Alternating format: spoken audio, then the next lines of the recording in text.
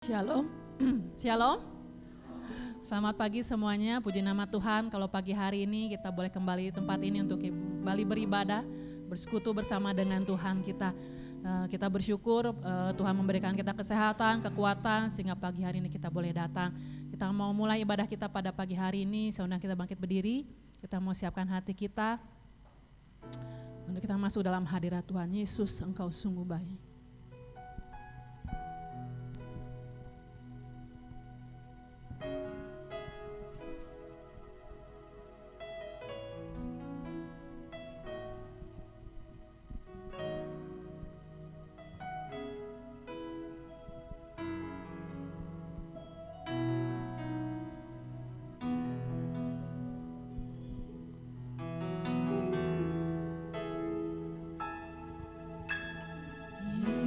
Yesus, Kau sungguh baik. Yesus, nama-Mu indah. Yesus, ku cinta Kau selalu. Ku tinggikan, ku agungkan selamanya. Ku mau memuji-Mu, ku selalu puji-Mu. Ku mau menyembah-Mu, ku selalu sembah-Mu. Kau yang layak terima semua pujian, kemuliaan hanya bagi Tuhan. Yesus, Kau sungguh baik. Yesus, Kau sungguh baik. Yesus, nama-Mu indah. Yesus, ku cinta Kau selalu. Ku tinggikan, ku agungkan selamanya. Ku mau memuji-Mu, puji-Mu. Ku selalu puji-Mu. Ku mau menyembah-Mu, ku selalu sembah-Mu. Kau yang layak diterima semua pujian, kemuliaan hanya bagi Tuhan. Ku mau memuji-Mu, mau memuji-Mu. Ku selalu puji-Mu, ku mau menyembah-Mu, ku selalu sembah-Mu. Kau yang layak terima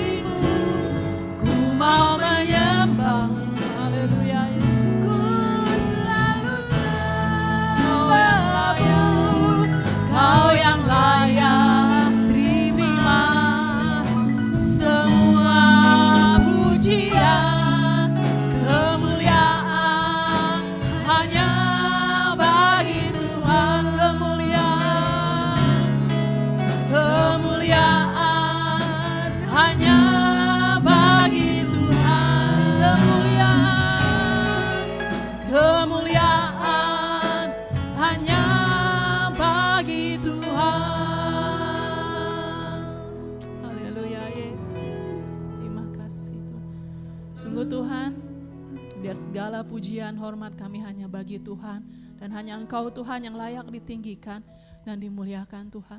Saat ini Tuhan kami hadir di tempat ini Tuhan, untuk memuji menyembah nama Tuhan, untuk meninggikan nama Tuhan, dan biar nama Tuhan yang dimuliakan dan ditinggikan.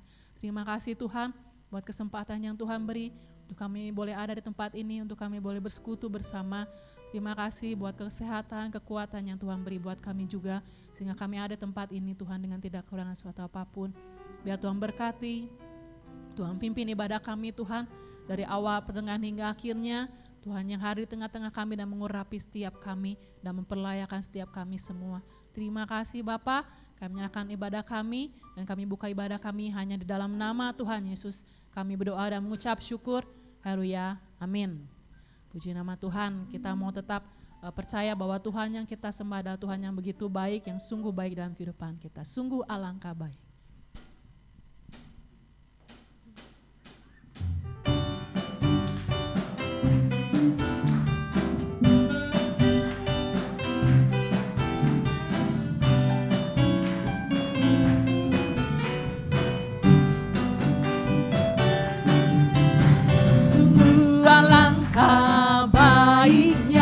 Sungguh alangkah indahnya bila saudara semua hidup rukun bersama.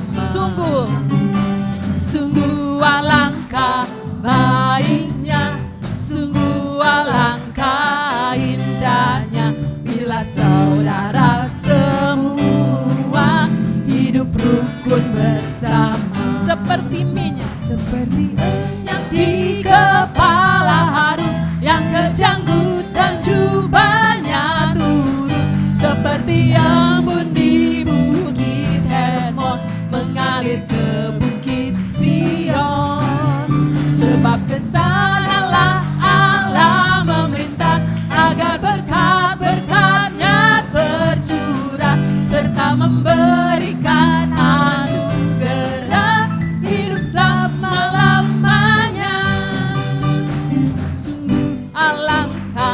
Baiknya, sungguh alangkah indahnya bila saudara semua hidup rukun bersama. Sungguh alangkah baiknya, sungguh alangkah baiknya, sungguh alangkah indahnya bila saudara semua hidup rukun bersama. Seperti minyak kepala Harun yang kejanggut dan jubahnya turun, seperti embun di bukit Hermon mengalir ke bukit Sion. Sebab kesanalah Allah memerintah agar berkat-berkatnya tercurah serta memberikan anugerah hidup selama-lamanya. Seperti minyak di kepala Harun yang kejanggut dan jubahnya turun, seperti embun di bukit Hermon mengalir ke bukit Sion. Sebab kesanalah Allah memerintah agar berkat-berkatnya tercurah serta memberikan anugerah hidup selama-lamanya. Puji nama Tuhan. Kita percaya bahwa berkat-berkat Tuhan yang tercurah dalam kehidupan kita itulah berkat yang daripada Tuhan yang kita terima setiap harinya. Kita masih mau bersukacita dalam Tuhan, terima sukacita surga.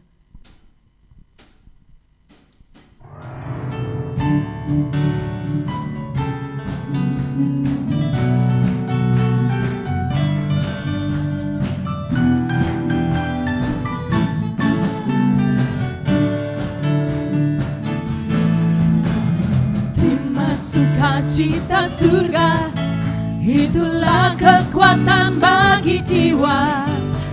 Ku dapat rasakan kasih-Nya di tengah badai yang bergelora. Terima sukacita surga, itulah kekuatan bagi jiwa.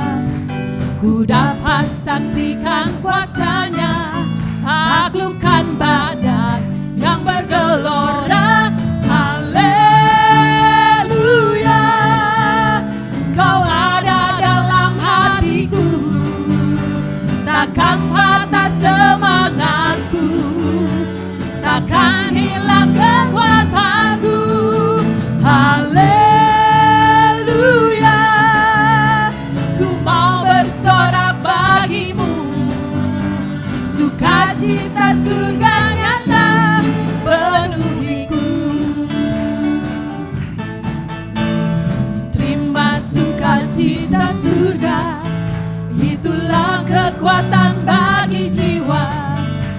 Ku dapat saksikan kuasanya, taklukkan badai yang bergelora. Terima sukacita surga, itulah kekuatan bagi jiwa.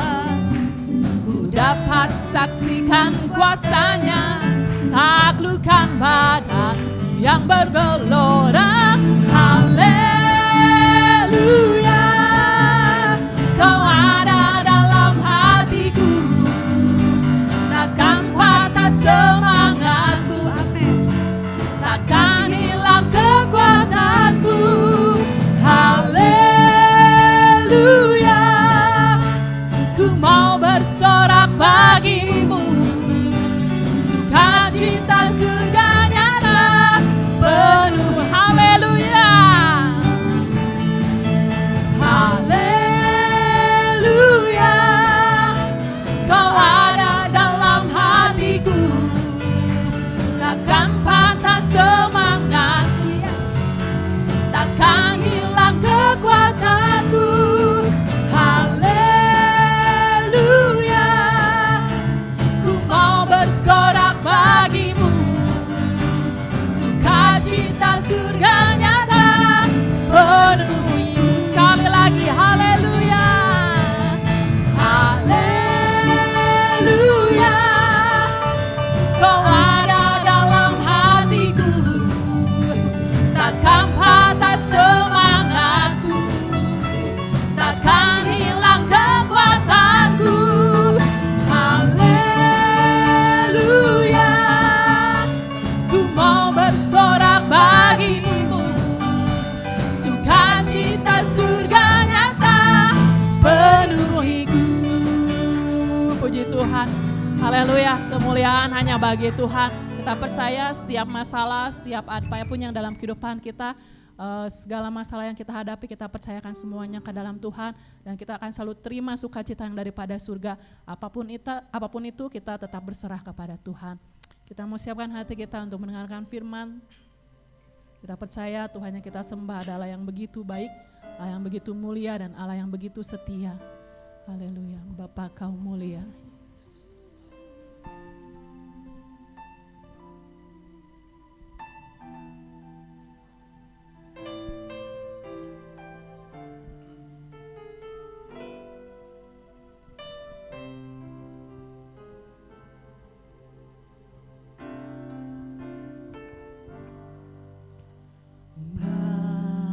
Bapa, Kau setia.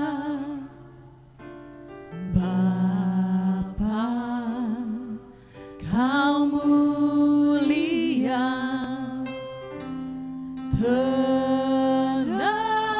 Tenanglah jiwaku, aman bersamamu.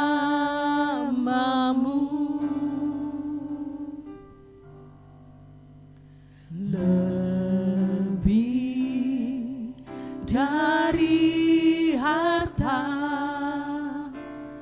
Kaulah segalanya. Tenanglah jiwaku dalam hadirat-Mu.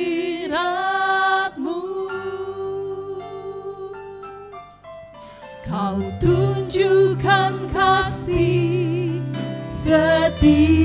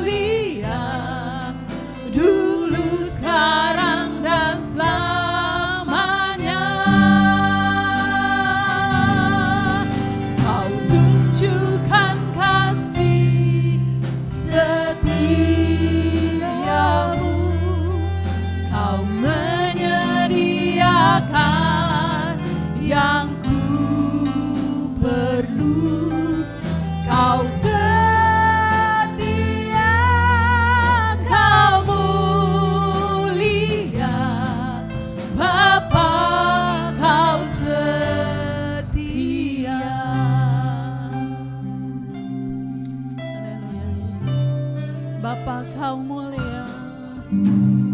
Bapa, kau setia. Bapa, kau mulia. Tenanglah jiwaku, aman bersamamu. Lebih dari harta, lebih dari harta, Kaulah segalanya. Tenanglah jiwaku dalam hadiratmu. Tunjukkan kasih, kau tunjukkan kasih setiamu. Kau menyediakan yang ku perlu. Kau setia, kau mulia, dulu, sekarang, dan selamanya. Kau tunjukkan kasih setiamu. Terima kasih, Kau menyediakan yang ku perlu. Kau setia, kau mulia, Bapa kau setia. Kau tunjukkan kasih, kau tunjukkan kasih setiamu. Kau menyediakan, yang ku perlu. Kau setia, kau mulia, dulu, sekarang, dan selamanya. Kau tunjukkan kasih setiamu. Kau menyediakan yang ku perlu. Kau setia, kau mulia, Bapa kau setia. Kau tunjukkan kasih setiamu. Benar, Yesus. Kau menyediakan yang ku perlu. Kau setia, kau mulia, dulu, sekarang, dan selamanya. Kau tunjukkan kasih setiamu. Kau menyediakan yang ku perlu. Kau setia, kau mulia. Kau setia, kau setia, kau mulia. Kau setia, kau mulia, Bapa kau setia. Haleluya. Terima kasih Bapa buat kasih setiamu Tuhan, buat kebaikanmu dalam kehidupan kami Tuhan. Saat ini Tuhan kami siap mendengarkan firman-Mu. Tuhan urapi setiap kami sehingga kami siap untuk mendengarkan firman-Mu Tuhan. sehingga kami mau benar-benar Tuhan mendengarkan firman-Mu dan terlebih melakukannya dalam kehidupan kami sehari-hari. Tuhan, ajar kami terus melalui firman-Mu Tuhan, bentuk kami Tuhan dan tegur kami Tuhan melalui firman-Mu Tuhan, sehingga kami menjadi pribadi-pribadi yang lebih baik lagi dalam kami menjalani kehidupan kami Tuhan. Terima kasih Bapa, dan kami menyerahkan hamba-Mu yang akan menyampaikan firman Tuhan, biar Tuhan juga mengurapi hamba-Mu yang dari ujung kepala sampai ujung kakinya Tuhan, sehingga firman yang disampaikan semuanya berasal daripada Tuhan. Terima kasih Bapa, sekali kami menyerahkan pemberitaan firman-Mu dari awal hingga akhirnya, hanya dalam nama Tuhan Yesus kami berdoa dan mengucap syukur. Haleluya, amin.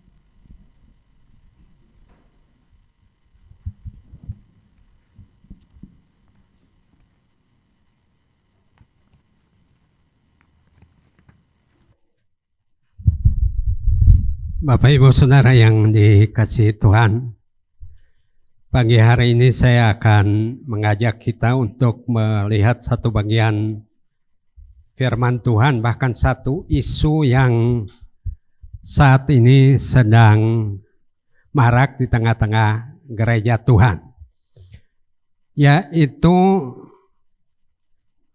ada anggapan bahwa Yesus itu bukan Tuhan. Dan juga dia bukan juru selamat. Dan dia bukan terang dunia. Dan dia bukan Yahweh sendiri. Dan itu disampaikan oleh hamba Tuhan terkenal.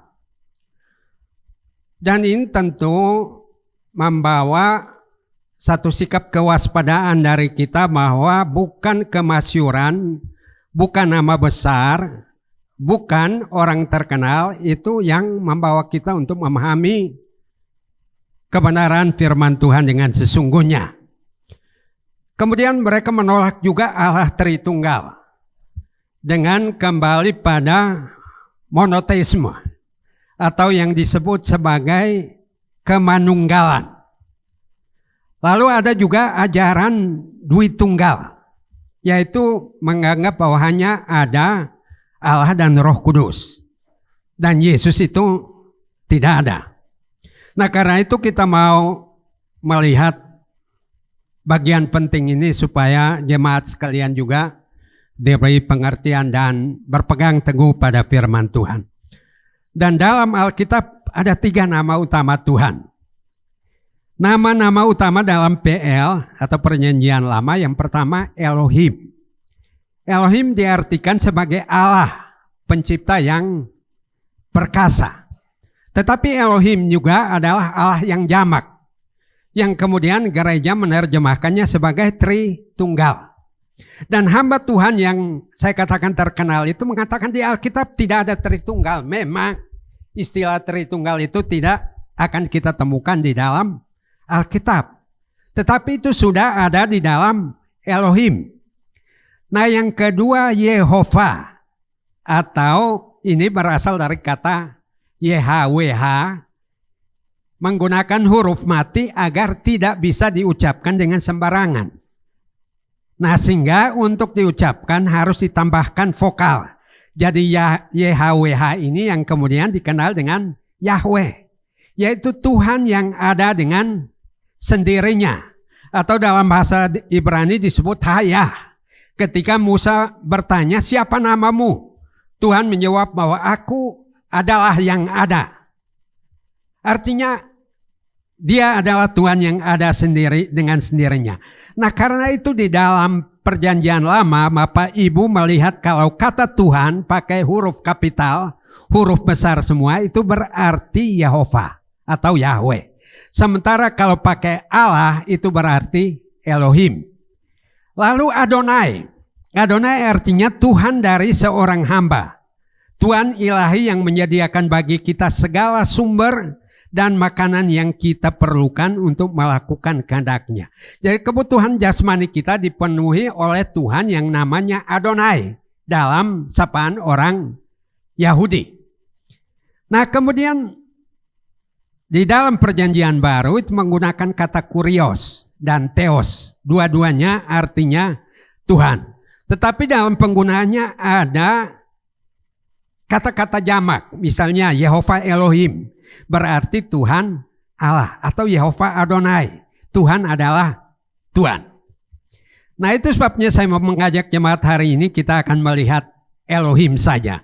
Yang dipersoalkan, yang dikatakan bahwa Allah itu adalah Allah yang tunggal, Yahweh. Bukan Allah yang dikenal oleh bapak-bapak gereja yang disebut Tritunggal. Nah Elohim itu artinya apa? Allah adalah sumber satu-satunya dari segala sesuatu yang ada. Ia adalah hidup. Nah kemudian Elohim ini berarti apa? Pribadi. Dia adalah roh. Itu sebabnya di Yohanes 4 dikatakan barang siapa menyembah Allah harus menyembah dalam roh dan kebenaran. Dia Maha Esa dan tidak terbatas. Dan saya kira apa yang dikatakan dalam sila pertama Pancasila jauh lebih baik dari apa yang dikatakan hamba Tuhan sekarang ini yang menolak Yesus. Ketuhanan yang Maha Esa berarti keesaannya ini bukan pemahaman yang biasa-biasa, tapi satu pemahaman yang maha, yang super, yang melampaui pemahaman yang biasa-biasa. Karena kita tidak mungkin memahami Tritunggal itu dengan keterbatasan kita. Perlu kemahaesaan pemahaman. Satu pengetahuan yang maha melampaui pemahaman yang biasa saja. Dan itu disebutkan, diajarkan oleh orang Yahudi berulang-ulang kepada anak cucu mereka dalam Ulangan pasal 6. Ayat 4-9 itu dikatakan bahwa Allah itu Esa. Tapi Esa itu berarti dia adalah juga Yehova Elohim. Allah yang jamak, yang menurut gereja dan perjanjian baru dia adalah Allah Bapa, Putra, dan Roh Kudus. Nah seperti biasanya saya mohon Pak Herman untuk tolong bacakan ayat-ayat ini. Mari pertama kita akan lihat Kejadian 1 ayat 26. Artinya Elohim pertama kita jumpai dalam Kejadian 1 ayat 26.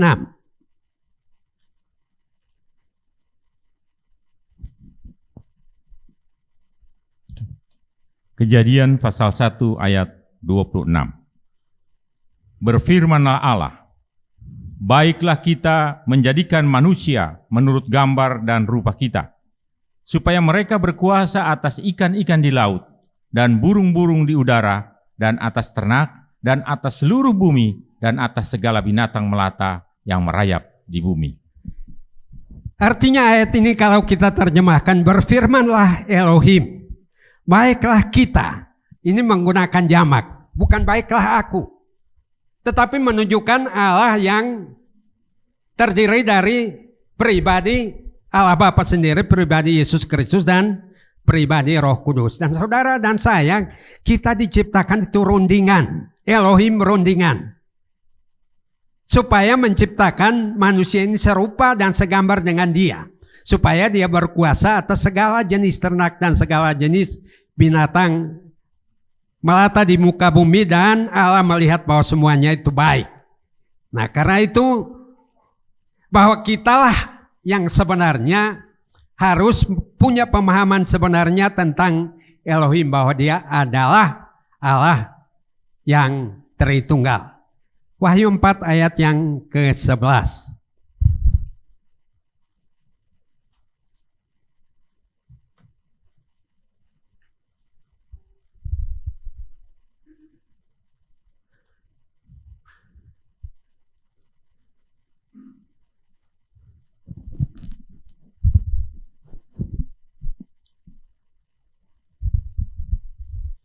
Wahyu pasal 4 ayat 11.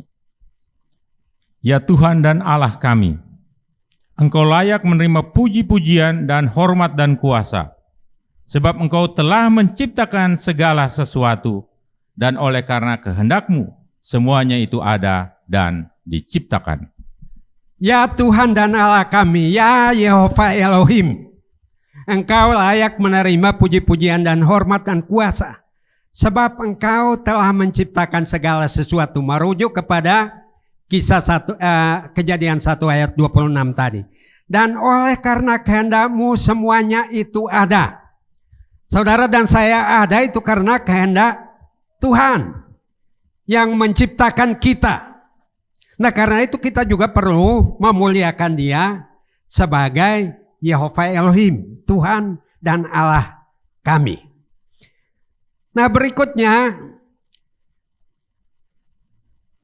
Elohim memiliki beberapa turunan. Yang pertama itu yaitu El Shaddai. Dan El Shaddai itu selalu kita nyanyikan Allah yang maha kuasa. Ada lagunya kan. Tetapi sebenarnya El Shaddai itu bukan hanya Allah yang maha kuasa. Tapi itu ada padanan dengan Jehovah Jireh. Yaitu Allah yang mencukupkan segala kebutuhan. Jadi bukan hanya Allah maha kuasa. Allah maha kuasa yang menciptakan segala kebutuhan kita. Pribadi yang kuat, yang sanggup menyediakan. Dan El Shaddai ini berarti apa? Puting susu ibu. Puting susu ibu ya, El Shaddai. Jadi berarti seorang ibu yang menyusui bayinya. Dan ibu yang menyusui bayi itu kan dengan ASI. Air susu ibu bukan seperti susu formula yang bisa terkontaminasi atau bisa mengandung zat-zat yang lain. Itu murni. Sesuatu yang menyehatkan, yang memberikan kehidupan. Nah itu sebabnya El Shaddai bisa juga disebut sebagai Allah yang menjadi ibu bagi orang percaya. Kejadian 22 ayat yang ke-14. Kejadian pasal 22 ayat 14. Dan Abraham menamai tempat itu Tuhan menyediakan. Sebab itu sampai sekarang dikatakan orang, di atas gunung Tuhan akan disediakan. Ketika Abraham akan mempersembahkan Ishak, dia tidak membawa korban persembahan. Karena Tuhan menyuruh dia untuk mempersembahkan anaknya sendiri. Tetapi apa yang terjadi ketika mereka sudah ada di gunung Tuhan di sana? Nah ini Ishak bertanya, Tuhan, ayah, bapak sekarang kayu api sudah ada dan sebagainya, di manakah dombanya? Lalu Abraham menjawab, Tuhan menyediakan. Berarti Elohim itu adalah Tuhan yang sanggup menyediakan kebutuhan kita. Tapi di atas gunung ini. Berarti di atas gunung Moria. Dan gunung Moria kalau Bapak Ibu baca di 2 Tawarik pasal 3 ayat 1. Di tempat itulah Salomo mendirikan bait Allah. Berarti bait Allah yang di Yerusalem sekarang itu adalah gunung Moria pada masa Abraham. Dan di atas gunung itu Tuhan menyediakan. Berarti Tuhan menyediakan kebutuhan kita di mana? Di rumah ibadah. Itu sebabnya saudara dan saya beribadah. Tadi kita sudah menyanyi bahwa Tuhan memerintahkan berkatnya embun-embun gunung Hermon dibawa ke Gunung Sion. Gunung Sion itu Yerusalem. Satu unsur simbolis untuk menunjukkan bahwa Gunung Sion itu kota Daud. Tempat di mana bait Allah didirikan, pusat ibadah orang Yahudi dan pusat penyembahan kepada Elohim. Dan itu sebabnya dikatakan bahwa Tuhan adalah Tuhan yang menyediakan kebutuhan tapi di atas gunung ini. Sebab itu kalau kita membuat padanannya bahwa kalau Abraham mempersembahkan Ishak, nah kemudian di perjanjian baru Tuhan Allah mempersembahkan anaknya yang tunggal. Untuk kita, menggantikan kita yang harusnya mati. Berarti bahwa saudara dan saya, Tuhan menyediakan segalanya di dalam siapa? Tuhan Yesus Kristus. Filipi 4 ayat 19.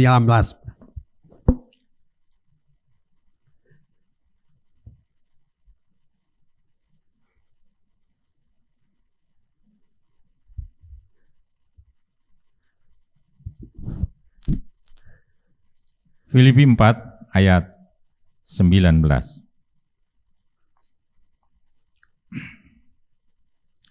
Allahku akan memenuhi segala keperluanmu menurut kekayaan dan kemuliaannya dalam Kristus Yesus. Allahku, Elohim akan memenuhi segala keperluanmu. Apa yang saudara dan saya perlukan itu sudah disediakan di dalam Kristus Yesus. Dan dikatakan apa? Menurut kekayaan dan kemuliaannya. Masuk akal atau tidak? Berarti bahwa kemuliaan berkat Tuhan itu disediakan bagi orang yang sudah dimuliakan. Karena ketika kita jatuh dalam dosa, kita kehilangan kemuliaan Allah. Ketika kemuliaan kita dipulihkan, maka Tuhan menyediakan apa yang kita perlukan. Nah, itu disebut Yehova Elohim. Tuhan yang mencukupkan, yang menyediakan, atau Yehova Jireh. Yehova Jireh. Nah, tetapi syaratnya apa? Di gunung Tuhan, berarti beribadah. Kita setia melayani Tuhan, maka Tuhan akan mencukupkan segala kebutuhan kita. Sama seperti apa yang dikatakan oleh Raja Daud di Mazmur 23 ayat 1. Tuhan adalah gembalaku, Yehova Ra'ah, takkan kekurangan aku. Dan di seluruh Mazmur 23 itu berbicara tentang Yehova. Itu sebabnya saya tidak membahas Yehova di sini. Jadi Tuhan adalah gembalaku, Yehova Ra'ah. Tuhan adalah El Shaddai yang mencukupkan segala kebutuhan kita di dalam Kristus Yesus, Tuhan kita, menurut kemuliaannya yang dipancarkan bagi orang-orang yang sudah dimuliakan oleh karena mengalami pertobatan, tidak hidup lagi di dalam dosanya. Yang berikut yaitu El Elyon. El Elyon ini diterjemahkan penguasa langit dan bumi, Allah yang maha kuasa. Dan El Elyon ini dikatakan sebagai apa? Memiliki kekuasaan tertinggi yang tidak tertandingi oleh siapapun. Jadi ketika hamba Tuhan mengatakan Yesus itu bukan Yahweh dan bukan Elohim, ini sangat merendahkan Tuhan.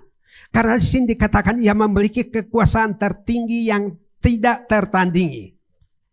Tapi mengapa kemudian orang yang mengikut Tuhan, melayani Tuhan bertahun-tahun mengatakan bahwa Yesus itu bukan juru selamat. Allah sendiri yang juru selamat. Betul, di perjanjian lama seperti itu. Karena itu pemahaman Yahudi. Sebab itu orang Israel sampai hari ini tidak percaya bahwa Yesus adalah juru selamat. Nah, pikiran macam ini mau dikembalikan kepada kita, kepada jemaat mula-mula, jemaat Yahudi yang mengaku diri Kristen tapi ingin Torah tetap dipertahankan. Dan mereka tidak memperoleh keselamatan sampai hari ini. Dan kalau orang mengatakan bahwa dia adalah pendeta gereja yang melayani Tuhan Yesus lalu tidak percaya, Tritunggal, mau jadi apa? Jemaat mau dibawa kemana? Ya jelas di sini Tuhan di akhir zaman bahwa Elyon ini akan nampak ketika kita bersama-sama dengan orang percaya berkumpul dalam kerajaannya. Wahyu 15 ayat 3 dan 4. Wahyu pasal 15 ayat 3 dan ayat 4. Dan mereka menyanyikan nyanyian Musa, hamba Allah, dan nyanyian anak domba bunyinya.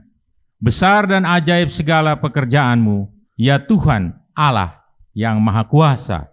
Adil dan benar segala jalanmu, ya Raja segala bangsa. Siapakah yang tidak takut, ya Tuhan, dan yang tidak memuliakan namamu? Sebab engkau saja yang kudus, karena semua bangsa akan datang dan sujud menyembah engkau, sebab telah nyata kebenaran segala penghakimanmu. Besar dan ajaib segala pekerjaanmu, ya Yehova Elohim, Allah yang El Elyon. Kalau kita mau pakai pengertian Elohim dalam ayat ini.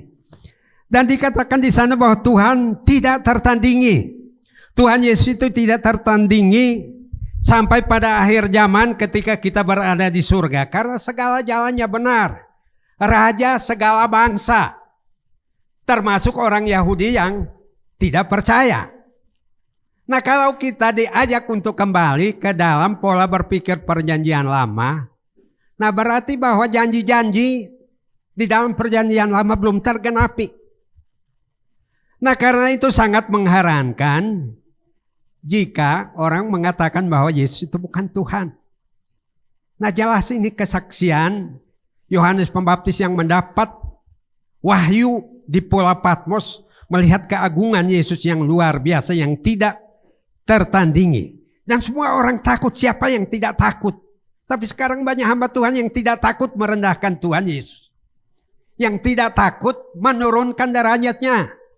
Bahkan ada yang mengeksegesis ya, saya sempat dengar itu. Dikatakan ketika Yesus menunjukkan, Yohanes Pembaptis menunjukkan Yesus kepada murid-muridnya, lihatlah itu anak domba Allah. Anak domba bukan Yahweh katanya. Nah saudara bisa kita lihat di ayat yang keempat dikatakan apa? Siapakah yang tidak takut ya Tuhan dan yang tidak memuliakan namamu? Sebab engkau saja yang kudus, karena semua bangsa akan datang dan sujud menyembah engkau, sebab telah nyata segala penghakimanmu. Nah karena dia apa? Ada domba yang duduk di tahta Allah, sebelah kanan Allah, dan memerintah untuk selama-lamanya.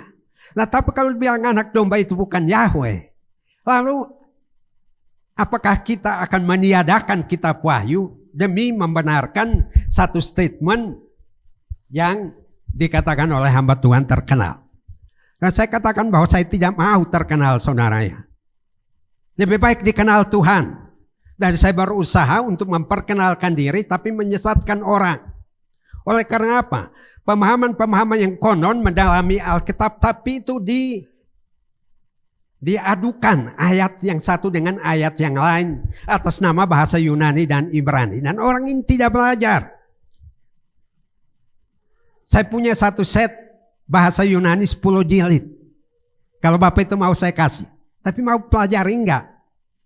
Karena semua itu dijelaskan penggunaan sejak perjanjian lama, masa Yunani kuno sampai penggunaannya dalam gereja. Jadi tidak sembarang gereja mencopot itu dan menggunakan Tritunggal. Itu juga perdebatan gereja di abad-abad pertama itu saling mengucilkan hanya karena perdebatan ini. Nah dewasa ini diulangi kembali.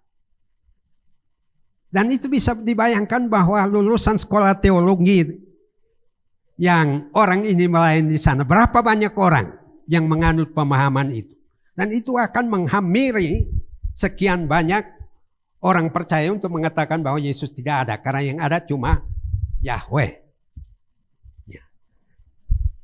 Yang ketiga, turunan dari Elohim ini adalah El Olam, Allah yang kekal. El Olam, Allah yang kekal ini adalah Allah selalu menyatakan kehadirannya di sepanjang zaman. Allah yang kekal. Jalannya tidak terselami oleh pikiran manusia.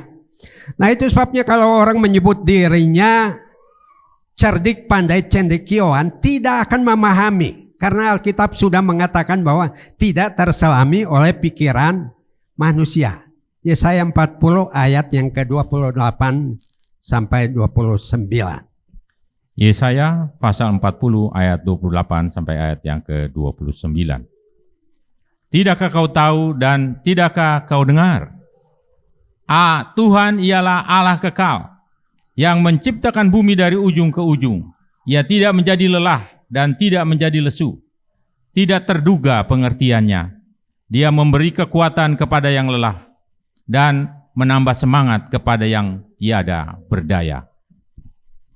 Dia adalah Tuhan Allah yang kekal, yang menciptakan bumi dari ujung ke ujung. Tadi di Kejadian 1:26 sudah disebutkan. Dan dia tidak menjadi lelah. Itu sebabnya di Matius Tuhan Yesus bilang, marilah kepadaku semua yang letih, lesu, karena Tuhan tidak lelah. Karena Tuhan tidak lesu. Dan pengertiannya tidak terduga. Kita yang sudah letih lesu, yang sudah mengalami kebuntuan di dalam segala sesuatu, oleh karena kita percaya Tuhan, tiba-tiba kita memperoleh pengertian yang tidak terduga. Oleh karena pekerjaan Roh Kudus yang mendiami kita. Segala sesuatu yang tidak mungkin tiba-tiba menjadi mungkin. Oleh karena apa? Pengertiannya yang tidak terduga ini diberikan kepada kita karena kehadiran Elohim, Allah di dalam rohnya yang kudus. Dia memberi kekuatan kepada yang lelah dan menambah semangat kepada yang tidak berdaya. Nah ini berarti apa? Suplemen rohani ya Bapak Ibu ya. Suplemen rohani. Itu kalau kita tidak menolak. Kita letih lesu di dalam segala usaha pekerjaan kita untuk masa sekarang. Nah, tapi dikatakan bahwa orang-orang yang menantikan Tuhan mendapatkan kekuatan baru. Orang yang menanti-nantikan Yehova Elohim diberikan kekuatan baru. Dia akan membumbung naik tinggi seperti Raja Wali katanya. Nah, oleh karena apa? Kepercayaan kita makin kokoh di dalam Allah yang oleh orang Israel dijuluki sebagai El Olam, Allah yang kekal. Dan kalau dia bukan Allah yang kekal, percuma kita beribadah karena tidak ada hidup kekal. Kalau dia bukan Allah yang kekal kan, percuma Bapak Ibu. Kita tidak usah mengharapkan hidup yang kekal karena dia sendiri tidak kekal. Nah, artinya orang yang menolak Elohim menolak kekekalan. Dan Bapak Ibu sendiri bisa menarik kesimpulan apakah dia memperoleh hidup kekal. Kalau Allah yang kekal saja ditolak, tidak dipercayai, apakah dia akan mendapat hidup yang kekal? Itu tentu menjadi pertanyaan bagi kita. Dan yang terakhir, El Gibor, Allah yang perkasa. El Gibor ini juga punya padanan dengan Yehova Tsidkenu. Nah, artinya apa? Di tengah-tengah peperangan, Allah adalah pahlawan perang yang gagah perkasa, menopang kita dengan kekuatannya. Hidup ini adalah suatu peperangan, satu perjuangan. Kalau saudara berjalan sendiri tanpa El Gibor, kita akan kalah. Kita akan dipecundangi. Nah, itu diberi contoh oleh Alkitab. Yaitu kita lihat saja 1 Samuel pasalnya yang ke-17 ayat 45 sampai 50.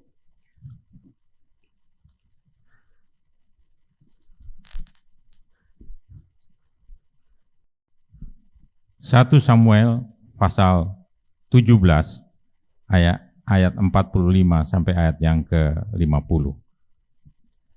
Tetapi Daud berkata kepada orang Filistin itu, "Engkau mendatangi aku dengan pedang dan tombak dan lembing, tetapi aku mendatangi engkau dengan nama Tuhan semesta alam, Allah segala barisan Israel yang kau tantang itu. Hari ini juga Tuhan akan menyerahkan engkau ke dalam tanganku, dan aku akan mengalahkan engkau dan memenggal kepalamu dari tubuhmu. Hari ini juga aku akan memberikan mayatmu dan mayat tentara orang Filistin kepada burung-burung di udara dan kepada binatang-binatang liar, supaya seluruh bumi tahu bahwa Israel mempunyai Allah. Dan supaya segenap jemaah ini tahu bahwa Tuhan menyelamatkan bukan dengan pedang dan bukan dengan lembing, sebab di tangan Tuhanlah pertempuran, dan ia pun menyerahkan kamu ke dalam tangan kami."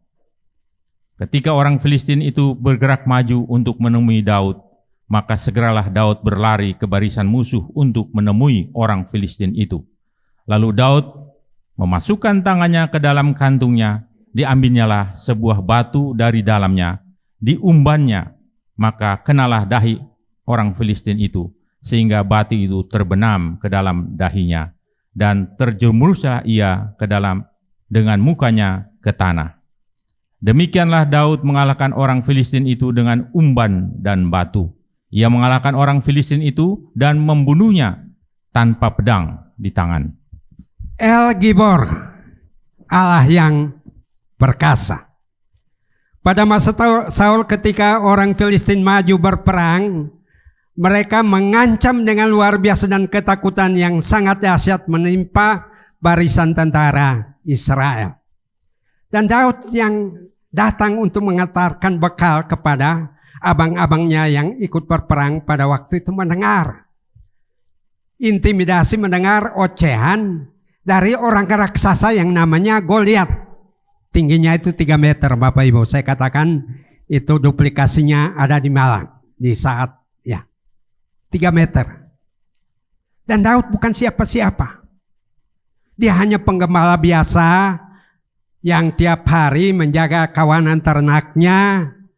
Lalu yang dia hadapi serigala dan sebagainya, dan dia mengalahkan mereka.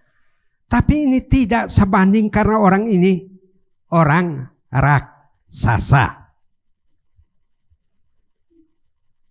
Lalu dikatakan di sini bahwa engkau mendatangi aku dengan tombak dan lembing, tetapi aku mendatangi engkau dengan nama Yehova El Gibor, Tuhan semesta alam, Allah yang perkasa.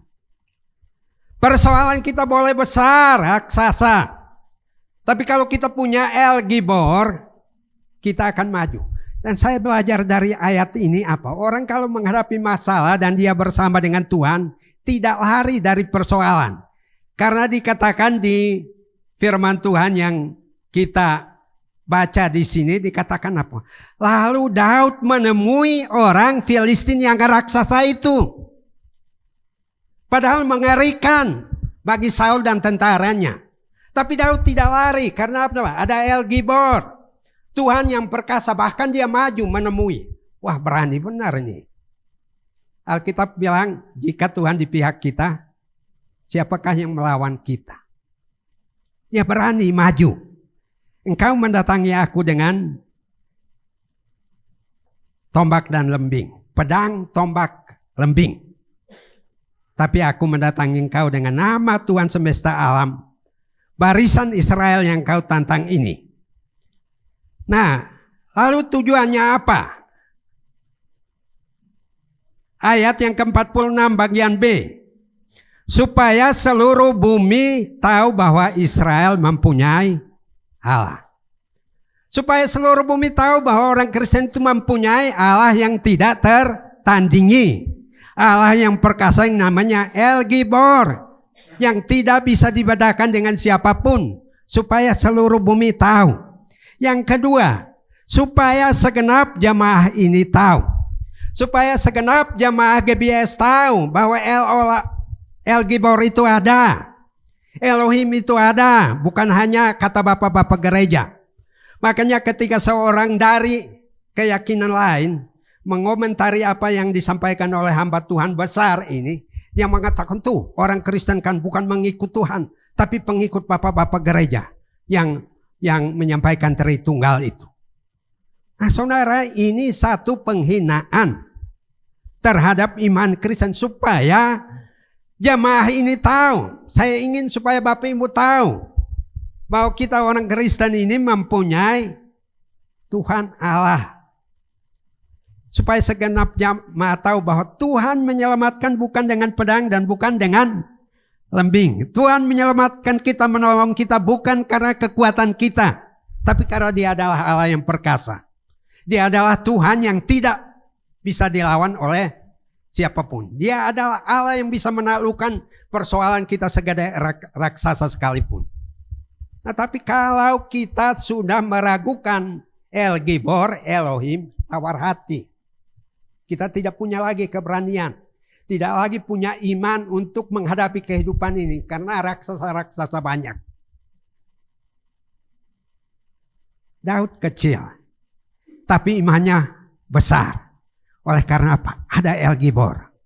Ada Tuhan yang luar biasa. Nah tapi ketika kita mengatakan bahwa Yesus itu bukan juru selamat, siapa yang akan menyelamatkan saudara dan saya? Bukan hanya soal hidup kekal. Persoalan kita sehari-hari. Ini kisah nyata yang dihadapi oleh orang Israel. Kalau Daud tidak datang pada hari itu, habis riwayat mereka. Oleh karena apa? Mereka sudah terserak-serak, lari bersembunyi karena ancaman yang begitu serius. Dan orang ini pakai baju sirah, perlengkapannya lengkap. Daud hanya membawa apa? Dikatakan bahwa lalu Daud memasukkan tangannya dalam kantungnya, diambilnya sebuah batu dari dalamnya, diumpanya, maka kenalah dahi orang Filistin itu. Kita mengadakan El Gibor ini akurat untuk mengatasi masalah. Orang pakai baju jubah itu hanya lubang kecil di dahi. Kok bisa pas? Tidak meleset. Kenapa? Karena Tuhan itu perkasa, menjadi pegangan Daud. Bukan mengandalkan dirinya sendiri. dan sangat menyayangkan. Dan saya katakan saya marah. Saya tulis di Facebook, di grup teman-teman semua. Saya marah terhadap orang ini. Nah, karena apa? Mengaku teolog terkenal, tapi melecehkan Tuhan saya katakan. Mengatakan tidak ada Elohim, berarti tidak ada Bapa, tidak ada Roh Kudus. Dan Yesus itu bukan juru selamat. Nah, karena apa? Mazmur mengatakan Tuhan itu keselamatanku. Berarti keselamatan kita Yahweh. Jadi berhati-hatilah ya Bapak Ibu Saudara yang dikasihi Tuhan. Yesaya 9 ayat 5. Nah, kalau kita menolak Yesus, nubuatan tentang Yesus ini juga tidak terjadi pada diri orang percaya. Yesaya pasal yang ke-9 ayat yang ke-5. Yesaya pasal 9 ayat 5. Sebab seorang anak telah lahir untuk kita, seorang putra telah diberikan untuk kita, lambang pemerintahan ada di atas bahunya, dan namanya disebutkan orang, Penasihat Ajaib, Allah yang perkasa, Bapa yang kekal, Raja Damai. Nah, apakah orang yang menyebut dirinya teolog tidak membaca ayat ini? Orang awam mungkin sangat menghafal ayat ini karena setiap Natal pasti dibacakan. Seorang anak itu menunjuk pada siapa? Yesus yang lahir di Bethlehem. Tapi orang itu mengatakan inkarnasi tidak ada titisan. Wah, titisan itu hanya rohnya aja yang masuk ke dalam tubuh orang lain.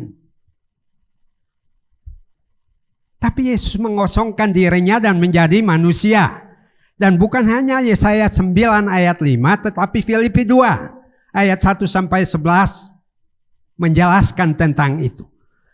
Dan seorang putra diberikan untuk kita, lambang pemerintahan ada di atas bahunya. Namanya disebutkan orang Penasehat Ajaib, Allah yang perkasa, El Gibor, Yehova Tsidkenu, Bapa yang kekal, El Olam, sudah disebutkan di situ. Lalu apa? Raja Salom, Raja Damai. Berarti apa? Yehova Shalom. Ayat ini saja sudah mencakup sekian nama Allah yang diyakini oleh orang Israel pada masa Nabi Yesaya. Dan sudah digenapi dalam Tuhan Yesus. Dan saudara yang percaya Tuhan Yesus, kita semua aman, terlindungi. Karena Allah Bapa, Putra, dan Roh Kudus membackup kita, melindungi kita. Itu sebabnya kita punya satu keyakinan iman menurut Roma 8:31. Ayat terakhir saya mohon kita nanti ucapkan bersama-sama ya. Pak Herman tolong baca dulu, nanti sudah itu kita ucapkan bersama-sama.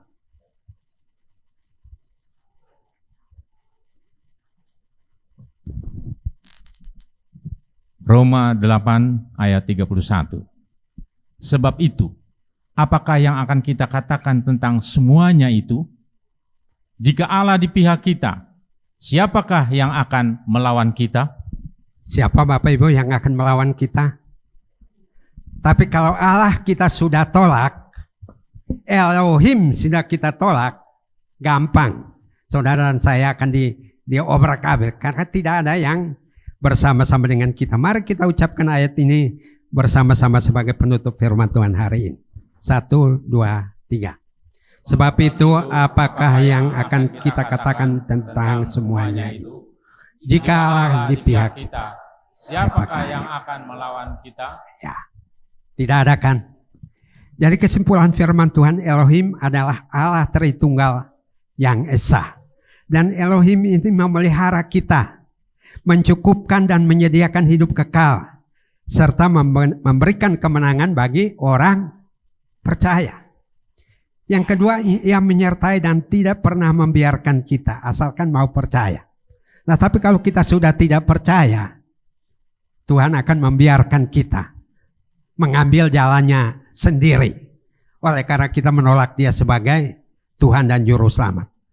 Yang ketiga, waspada terhadap penyesatan, angin pengajaran yang menolak Tritunggal, Yehova Elohim atau Yehova Adonai,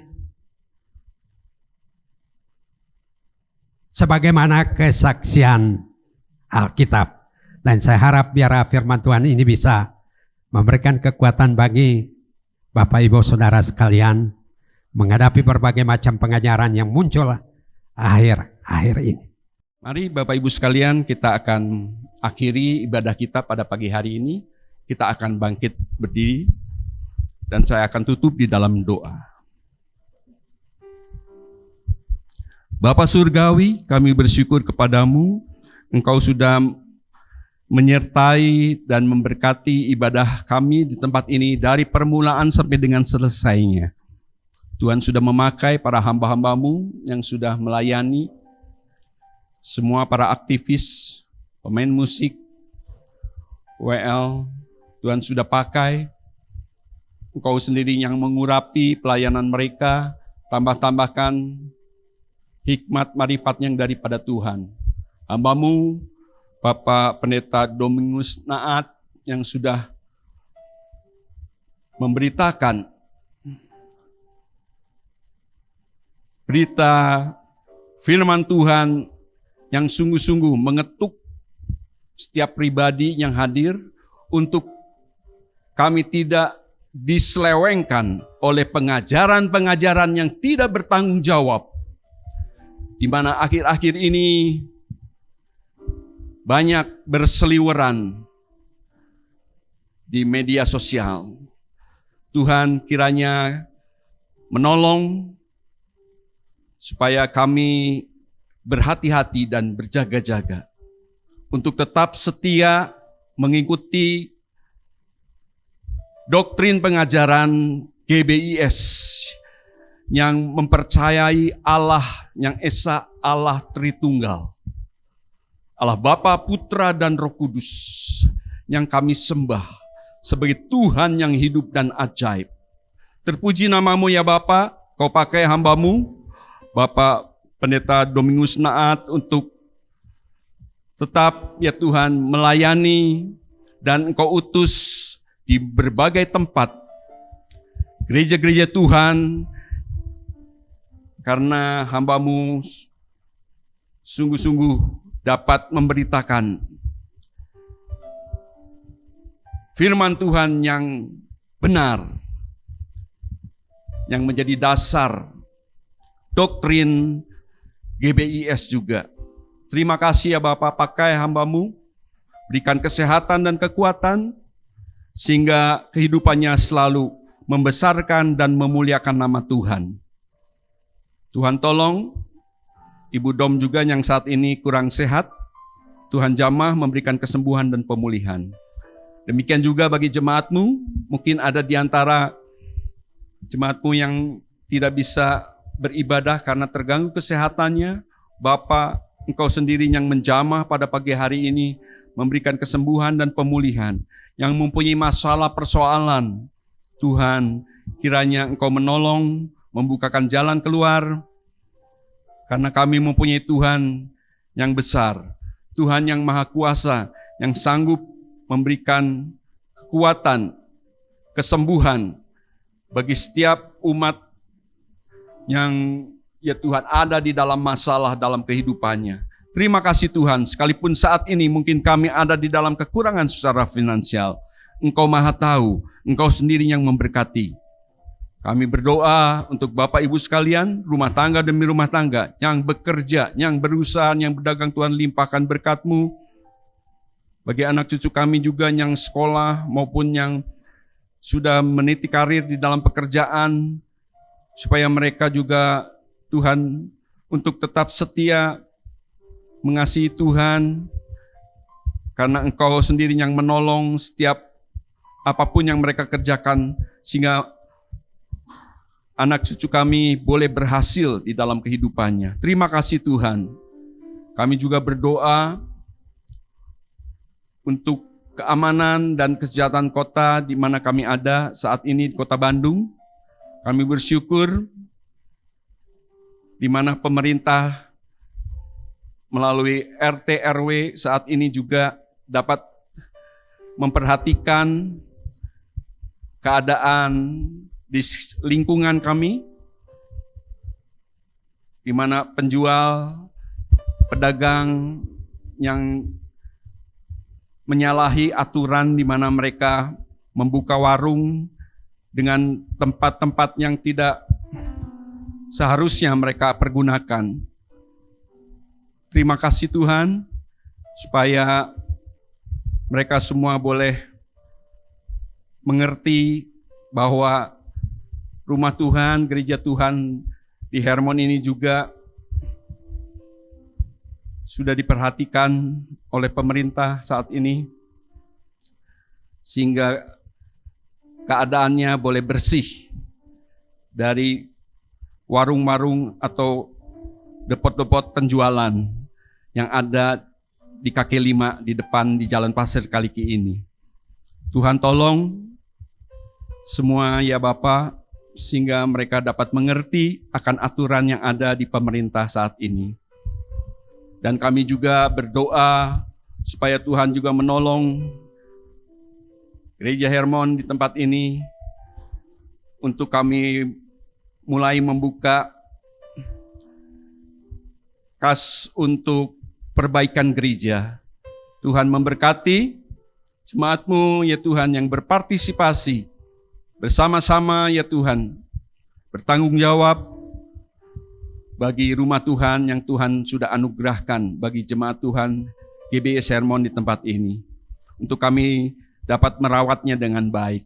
Terima kasih Tuhan, berkati tangan-tangan jemaat-Mu supaya mereka juga dapat berpartisipasi, dan sudah diawali di mana ada perbaikan pintu pagar besi yang sudah selesai dan kami melihat baik adanya. Tuhan berkati tangan-tangan yang sudah mengerjakan, yang sudah memperhatikan ini semua. Terima kasih Tuhan, balas dengan berkat yang berlimpah. Dan sebentar sidang Tuhan akan meninggalkan tempat ini untuk pulang. Tuhan akan menyertai perjalanan kami, tujukan kami, sampaikan satu persatu jemaat Tuhan, baik yang jauh maupun yang dekat, tibakan pada tujuan kami dengan selamat, dengan tidak kurang suatu apapun. Tuhan memberkati engkau dan melindungi engkau. Tuhan menyinari engkau dengan wajah-Nya dan memberi engkau kasih karunia.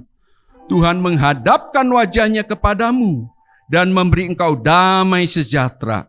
Mari Bapak Ibu sekalian, terimalah berkat daripada Allah Bapa, cinta kasih daripada Tuhan Yesus yang tak berkesudahan, beserta persekutuan yang manis dari Allah Roh Kudus akan menyertai kita semua mulai saat pagi hari ini, bahkan sampai selama-lamanya. Bagi yang percaya katakan bersama, amin.